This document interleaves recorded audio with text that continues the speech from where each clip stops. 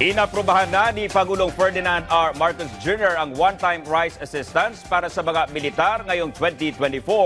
Samantala, maipapatupad na sa bansa ang maritime law at igiit ang jurisdiction nito sa West Philippine Sea. Yan ang ulat ni Floyd Brand.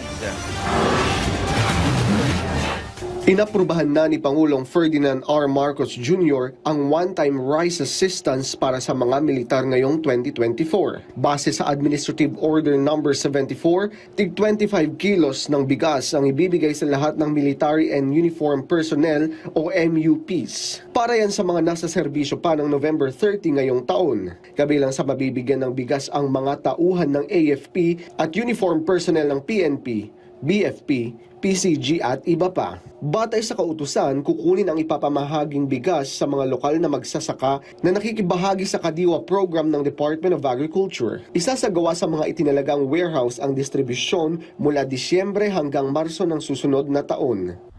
Mas epektibo nang maipatutupad ng Pilipinas ang maritime laws ng bansa at igiit ang jurisdiksyon nito sa West Philippine Sea. Pahayag ito ni National Secretary Advisor Eduardo Anyo kasunod ng pagsasabatas sa Maritime Zones Act. Ayon sa kalihim, sa pamamagitan ng dalawang batas, mas epektibo at mapayapang mapangangasiwaan ang maritime zones ng Pilipinas at magkakaroon ng mapayapang maritime activities. Sinabi ni Anyo na malinaw ring ipapakita sa dalawang batas ang legal framework para maprotektahan ang karapatan ng Pilipinas sa West Philippine Sea nang naaayon sa international law at United Nations Convention on the Law of the Sea o UNCLOS.